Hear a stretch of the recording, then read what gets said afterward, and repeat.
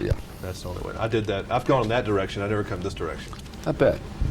It's not that bad. I mean, it's fun. I mean, it's, the seats are pretty small. Yes. But I mean, for you, it would be a real saves problem. another 6 hours. Does it say that much? No, three or 4. Yeah, 3 hours.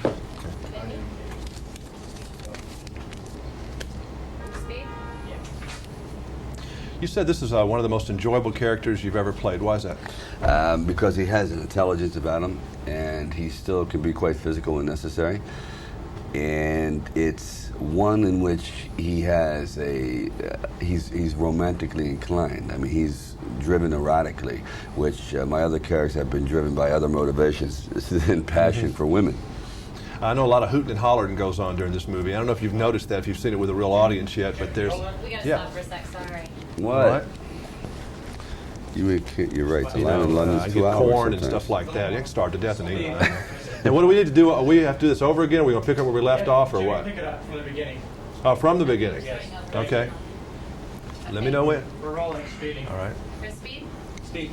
Yes. All right, so like you said, this is one of your most enjoyable characters, and Yes. why is that? Well, first of all, it's something that deals in the action genre, which is something I do enjoy. It's a thinking film and has intelligence to it. And third of all, it has a great deal of passion. It's erotic, and I get to deal with a woman on a level that I've never quite dealt with before. In movies. In movies. Of course. Yes.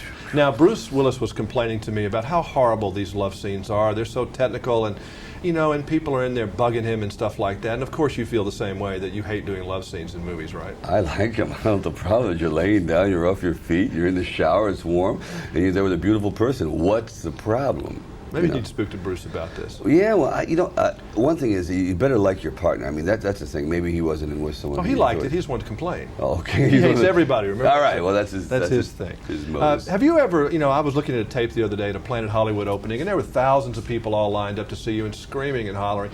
When you were little, or maybe now, is there anything that you would go stand in a crowd of 1,000 or 2,000 people for and yell at It's somebody? funny you bring that up. I don't think I've ever queued in my life. I'm so impatient. Same thing, I can't sit in a restaurant for more than 30 minutes before I start to spin out of control. I'm just hyper that way. So no, you're right. Would you have stood in line and yelled for Steve Reeves? That's a possibility. That's a possibility because he really did have a major influence. I'd want to see that in person. Yeah. But there was really nothing that, No. So how do you relate to these people that you're being very nice? I've watched the tape and you're acting, I guess, but you're meeting and greeting people, and does it make you a little nervous? Is it weird? It makes me nervous because in the crowd every now and then you see a certain glint in that eye. I saw one the other day. It's like very terrifying, and it's not usually a big fella. It's usually an isolated kind of almost nerdy individual. But they're the ones that have this like nothing to lose expression. But you do catch those, huh? Oh, it's very obvious if you're looking for them. It's never the big muscular guy with the fangs. That doesn't bother you. But when I go into Planet Hollywood, I see all the people. I feel kind of I don't know, not more than humbled. It's like, God, why are you here? I feel obligated. I could see that in your face. You're kind of saying, this is very uncomfortable for me, but I'm going to greet you because I know you want to see me. Yeah, because thanks for coming out. I can't believe you did this, and I was the first one that started going up and down the lines because I said you can't just have people here for 6 hours and go hi and walk in.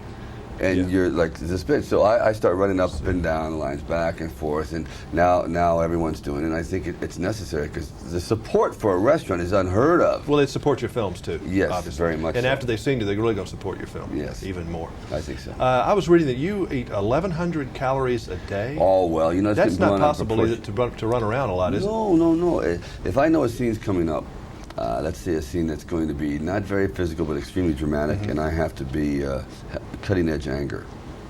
Ferocious. Well, there's nothing that puts one in a bad mood than being hungry. You know what I mean? I know. And 1,100 calories after 3 days, there's a certain look in your eye that don't mess with me. There's a gauntness.